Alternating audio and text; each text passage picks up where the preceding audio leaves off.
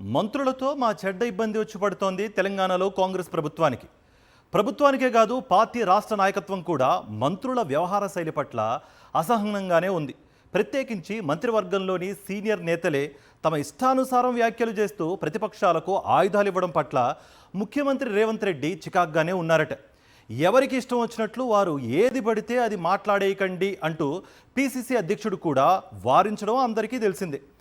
అసంకల్పితంగానూ అత్యుత్సాహంతోనూ మంత్రులు చేస్తున్న వ్యాఖ్యలు ప్రభుత్వాన్ని ఇరకాటంలో నెడుతున్నాయని వారు భావిస్తున్నారట. తెలంగాణ రాష్ట్రాన్ని ఇచ్చినా రాష్ట్రంలో కాంగ్రెస్ పార్టీ అధికారంలోకి రావడానికి 10 ఏళ్లు నిరీక్షించాల్సి వచ్చింది. గత ఎన్నికల్లో గ్రేటర్ హైదరాబాద్ మున్సిపల్ కార్పొరేషన్ పరిధిలో కాంగ్రెస్ పార్టీ బోల్తా పడ్డా గ్రామీణ తెలంగాణ ప్రజల అండతో అధికారంలోకి రాగలిగింది. ప్రభుత్వం ఏర్పడి 2 ఏళ్లు కాకముందే కాంగ్రెస్ పాలనపై విపక్షాలు విమర్శలతో విరుచుకుపడుతున్నాయి. ప్రతిపక్షాలు ఎప్పుడూ పాలక పక్షాన్ని విమర్శిస్తూనే ఉంటాయి. కాకపోతే వారి విమర్శలకు కాంగ్రెస్ నేతలే దోహదపడుతున్నారని కాంగ్రెస్ నాయకత్వం భావిస్తోంది. రాజకీయ ప్రత్యర్థులపై పార్టీ చేసే యుద్ధంలో తాము కూడా ఆయుధాలుగా వ్యవహరించాల్సిన మంత్రులు ప్రతిపక్షాల చేతుల్లో ఆయుధాలు పెట్టి కాంగ్రెస్ ప్రభుత్వాన్ని ఆత్మరక్షణలోకి నెట్టేస్తున్నారని ముఖ్యమంత్రి రేవంత్ రెడ్డితో పాటు పిసిసి అధ్యక్షుడు మహేష్ కుమార్ గౌడ్ అసంతృప్తిగా ఉన్నట్లుగా ప్రచారం జరుగుతోంది. పిసిసి అధ్యక్షుడైతే ఇప్పటికే కొందరు మంత్రులను ఉద్దేశించి ఘాటుగానే వ్యాఖ్యలు చేశారు. మంత్రులు తమ శాఖలకు సంబంధించిన అంశాలపై మాత్రమే, అది కూడా ప్రభుత్వ వైఖరిని దృష్టిలో పెట్టుకుని మాట్లాడాలి తప్ప ఇష్టం వచ్చినట్లు వ్యాఖ్యానాలు చేయరాదని పిసిసి ప్రెసిడెంట్ క్లాస్ తీసుకున్నారు. తమవి కాని శాఖల గురించి మంత్రులు మాట్లాడకూడదని ఆయన సూచించారు కూడా. కేబినెట్ సమావేశంలో చర్చించుకున్న కీలక అంశాలకు సంబంధించిన సమాచారాన్ని కూడా కొందరు మంత్రులు లీక్ చేయటం పట్ల రేవంత్ రెడ్డి ఆగ్రహంగానే ఉన్నారని అంటున్నారు. సీనియర్లు అయి ఉండి ఇదేం పద్ధతని సీఎం సన్నిహితులతో వ్యాఖ్యానించినట్లుగా సమాచారం. మొదటిసారి ఎమ్మెల్యేలో ఎక్కువగా అనుభవం లేని నేతలో ఏది పడితే అది మాట్లాడారంటే అర్థం చేసుకోవచ్చు. కానీ చాలా సార్లు గెలిచి మంత్రి పదవుల్లో ఎక్కువ కాలం కొనసాగిన సీనియర్లు సైతం బాధ్యతారహితంగా వ్యాఖ్యానాలు చేస్తూ ప్రభుత్వాన్ని ఇబ్బందుల్లోకి నెట్టేస్తున్నారని రేవంత్ రెడ్డి అసంతృప్తితో ఉన్నారట. జూనియర్లైతే పిలిచి సున్నితంగా మందలించవచ్చు, లేదంటే వారించి నచ్చ చెప్పొచ్చు.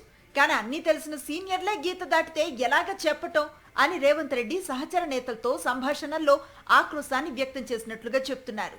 తాజాగా పంచాయతీ ఎన్నికలకు సంబంధించి 3 మంత్రులు త్వరలోనే స్థానిక ఎన్నికలు వస్తున్నాయంటూ ప్రకటించేయటం పట్ల తీవ్ర అసహనాన్ని వ్యక్తం చేస్తున్నారు రేవంత్ రెడ్డి.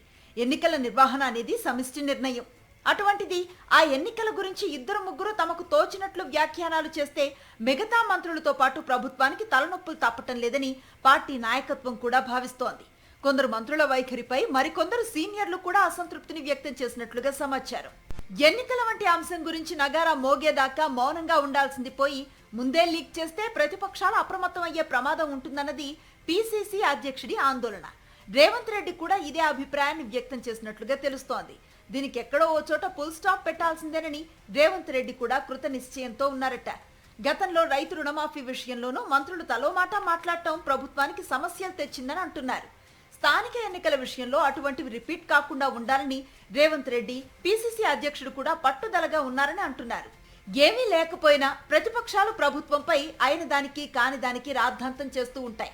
అలాంటిది మనమే వారి చేతుల్లో ఆయుధాలు పెడితే అది ఆత్మహత్య సదృశ్యం కాక ఇంకేమిటని రేవంత్ రెడ్డి తనను కలిసిన సీనియర్లతో అన్నారట. మంత్రులు ఎంత సీనియర్లైనా ప్రభుత్వాన్ని ఇబ్బందుల్లోకి నెట్టకుండా చాలా జాగ్రత్తగా ఉండాలని రేవంత్ సూచించారట.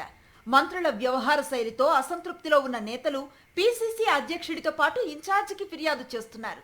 ఈ మొత్తం వ్యవహారంపై సమగ్రంగా ఆలోచించేసి ఓ కఠిన నిర్ణయం తీసుకోకపోతే పార్టీకి ప్రభుత్వానికి కూడా మంచిది కాదని కాంగ్రెస్ నాయకత్వం భావిస్తోంది.